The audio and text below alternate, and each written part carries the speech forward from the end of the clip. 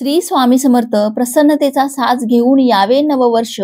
आपल्या जीवनात नांदावे सुख, समाधान, समृद्धी आणि हर्ष. गुढीपाडव्याच्या तुम्हा सर्वांना मनपूर्वक शुभेच्छा. तुमच्या मनातील सर्व इच्छा या नववर्षात पूर्ण हो ही स्वामीचरणी प्रार्थना करते आणि आजच्या या नवीन व्हिडिओला सुरुवात करते. गुढीपाडवा हा एक भारतीय सण असून तो हिंदू दिनदर्शिकेप्रमाणे चैत्र शुद्ध प्रतिपदेला साजरा केला जातो. गुढीपाडव्याला हिंदू मराठी नववर्षाची सुरुवात होते. या दिवशी घरी नवीन वस्तू खरेदी करणे किंवा सोने खरेदी करण्याला देखील खूप महत्व आहे. कारण गुढीपाडव्याचा मुहूर्त हा 3.5 मुहूर्तांपैकी एक मुहूर्त मानला जातो. या दिवशी घरामध्ये गुढी उभारून पूजा केली जाते. कारण गुढी उभारणे म्हणजे हे एक विजयाचे लक्षण आहे. म्हणून प्रत्येकाने आपल्या घरामध्ये गुढी उभारून त्याची पूजा ही नक्की करावी. घरामध्ये सर्व काही शुभ होण्यास सुरुवात होत असते.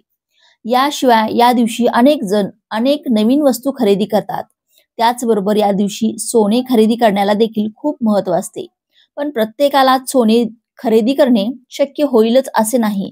तर अशा वेळी आपण गुढीपाडव्याच्या शुभ मुहूर्तावर काही वस्तू खरेदी करून आणायच्या आहेत, जेणेकरून या वस्तू आपल्या घरी आल्या की आपली सुद्धा सोने खरेदी करण्याची ऐपत या वस्तू घरी आणल्यामुळे होऊ शकते.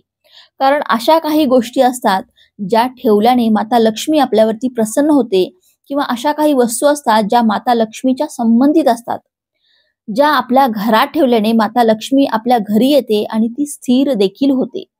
ऐश्वर्य, सुख, संपत्ती देणारी माता लक्ष्मी आपल्या घरात अनेक रूपात विराजमान होते. काही गोष्टींचा आपल्याकडून न कळत अनादर होतो, त्यामुळे पैसा, संपत्ती यामध्ये नुकसान सहन करावे लागत असते. म्हणूनच अशा काही गोष्टी या गुढीपाडव्याच्या शुभ मुहूर्तावर आपण आपल्या घरी आणाव्यात, ज्यामुळे आर्थिक लाभ होतो.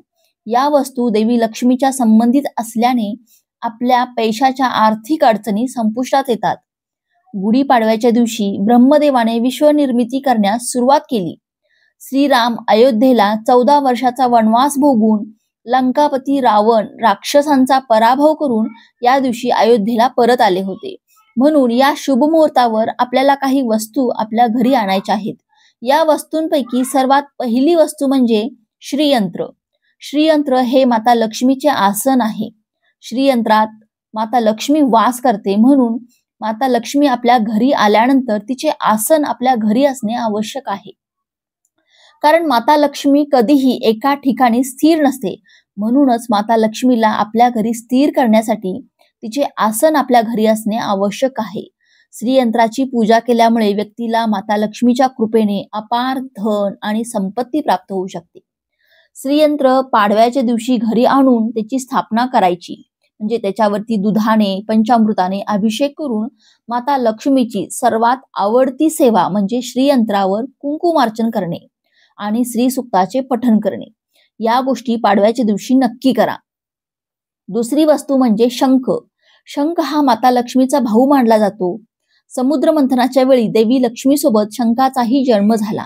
त्यामुळे ज्या घरात शंखाची पूजा केली जाते तिथे माता लक्ष्मीचा वास असतो आणि यामुळेच आपल्याला या दिवशी शंख खरेदी करून आणायचा आहे आणि त्याची स्थापना म्हणजे अभिषेक घालून त्याची आपल्याला आपल्या देवघरामध्ये स्थापना करायची आहे. यानंतर तिसरी वस्तू म्हणजे झाडू. तुमच्या घरातील झाडूमध्ये ही म्हणजे आपल्या घरातील जो झाडू असतो त्यामध्ये माता लक्ष्मी वास करते.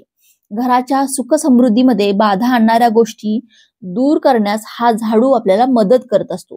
त्यामुळे तुमच्या घरातील झाडू जर खराब झाला असेल तर या दिवशी तुम्ही झाडू खरेदी करून आणू शकता.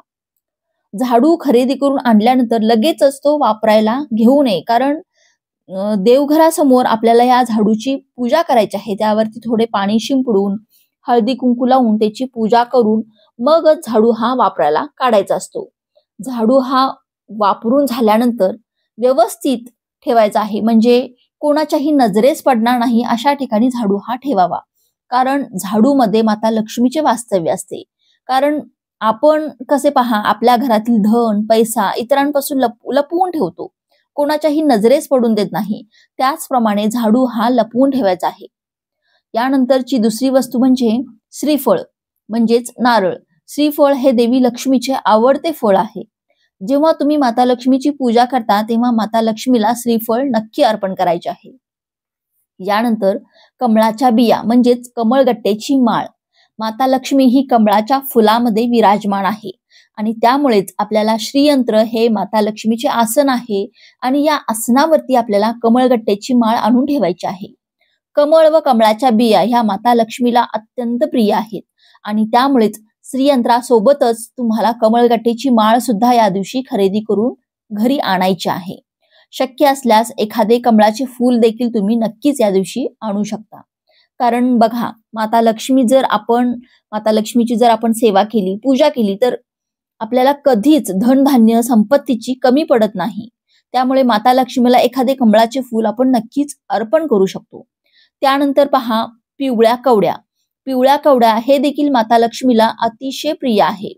माता लक्ष्मीचेच प्रतीक मानले जाते पिवळ्या कवड्या म्हणजे. माता लक्ष्मीच्या पूजेच्या ठिकाणी तुम्ही पिवळ्या कवड्या ठेवून पिवळ्या कवड्यांची पूजा करू शकता. पिवळ्या कवड्यांची पूजा केल्याने आपल्या घरात धन आणि संपत्ती यात वाढ होते. तुमच्या घरात माता लक्ष्मी टिकायला चालू होते, म्हणजे पैसा वाढतो, खर्च कमी होतो, धनाची वाढ होते. ज्यांच्या घरामध्ये पैसा टिकत नाही, म्हणजे भरपूर खर्च होत असेल, अशा लोकांनी आवर्जून या दिवशी पिवळ्या कवड्या आपल्या घरी घेऊन यायच्या आहेत. त्याच्या देखील आपल्याला काय करायचं आहे, प्रथम आपल्याला अभिषेक करून मगच त्याची स्थापना करायची आहे आणि माता लक्ष्मीच्या समोर आपल्याला ह्या पिवळ्या कवड्यांची पूजा करायची आहे. तुम्हाला जर पिवळ्या कवड्या नाही भेटल्या तर तुम्ही पांढऱ्या सफेद रंगाच्या कवड्या देखील तुम्ही आणू शकता. ह्या कवड्या आपल्याला 5, 7, 11 या संख्येमध्ये आपण कवड्या आणायच्या आहेत. आपल्या सर्वांना असे प्रश्न पडत असतात की घरामध्ये लक्ष्मी सदैव स्थिर राहण्यासाठी आपण असे काय करावे की जेणेकरून आपल्या घरात माता लक्ष्मी स्थिर राहील. कसे असते पहा, की आपण खूप कष्ट करतो, पैसा कमवतो, पण तो पैसा आपल्या घरामध्ये स्थिर राहत नाही. तर यासाठीच आपल्याला घरात माता लक्ष्मी टिकून राहण्यासाठी, लक्ष्मी प्राप्ती होण्यासाठी, घरात असलेल्या संपत्ती धनात वाढ होण्यासाठी गुढीपाडव्याच्या दिवशी माता लक्ष्मीला प्रिय असणाऱ्या या अतिशय मौल्यवान वस्तू आपल्याला खरेदी करायच्या आहेत आणि त्यांची पूजा आपल्या देवघरात रोज करायची आहे. या सर्व वस्तू एकाच दिवशी आणल्या पाहिजेत असं काही नाही. तुम्ही एक एक करून कोणताही एका शुभ मुहूर्तावर एक एक करून तुम्हाला गुढीपाडव्याच्या दिवशी कोणती एक वस्तू शक्य झाली तर तुम्ही ती आणू शकता. आणि इतर कोणता जेव्हा असे काही तिथी, विशिष्ट सण, गुरुपुषामृत नक्षत्र वगैरे असे काही सण असतात किंवा तिथी असतात, या दिवशी तुम्ही एक एक करून अशा वस्तू आपण आपल्या घरी आणू शकतो. आणि ज्यांच्या घरामध्ये या वस्तू अगोदरपासूनच आहेत त्यांनी या वस्तू आणायची गरज नाही. त्यांनी फक्त या दिवशी या वस्तूंची माता लक्ष्मी सोबत पूजा करायची आहे. यानंतर मोराचे पीस. मोराचे पीस हे भगवान श्रीकृष्णांना अत्यंत प्रिय आहे. ज्या घरात मोराचे पंख असतात त्या घरात माता लक्ष्मीचा वास असतो. आता त्यानंतर धातूचे कासव. कासव देखील तुम्ही या दिवशी गुढीपाडव्याच्या दिवशी आणू शकता. कारण पहा, कासव हे भगवान श्रीहरी विष्णूंचेच एक रूप आहे. त्यामुळे ज्या ठिकाणी भगवान श्रीहरी विष्णू असतात त्या ठिकाणी माता लक्ष्मी ही आपोआपच येत असते. तर अशा काही या छोट्या छोट्या वस्तू आहेत ज्या आपल्या घरामध्ये असल्याने, त्यांची पूजा आपल्या घरामध्ये केल्याने घरामध्ये सुख, समाधान, शांती, संपत्ती, ऐश्वर्य हे कायम टिकून राहते. त्यामुळे या काही वस्तूंपैकी तुम्हाला ज्या शक्य होतील त्या वस्तू तुम्ही नक्कीच गुढीपाडव्याच्या दिवशी तुमच्या घरी घेऊन या आणि त्यांची अभिषेक घालून त्यांची पूजा नक्की करा. तर चला, झालेली ही सेवा मी स्वामींच्या चरणी अर्पण करते. व्हिडिओ आवडला असेल तर, व्हिडिओतली माहिती आवडली असेल तर लाईक, शेअर, सबस्क्राईब नक्की करा. श्री स्वामी समर्थ.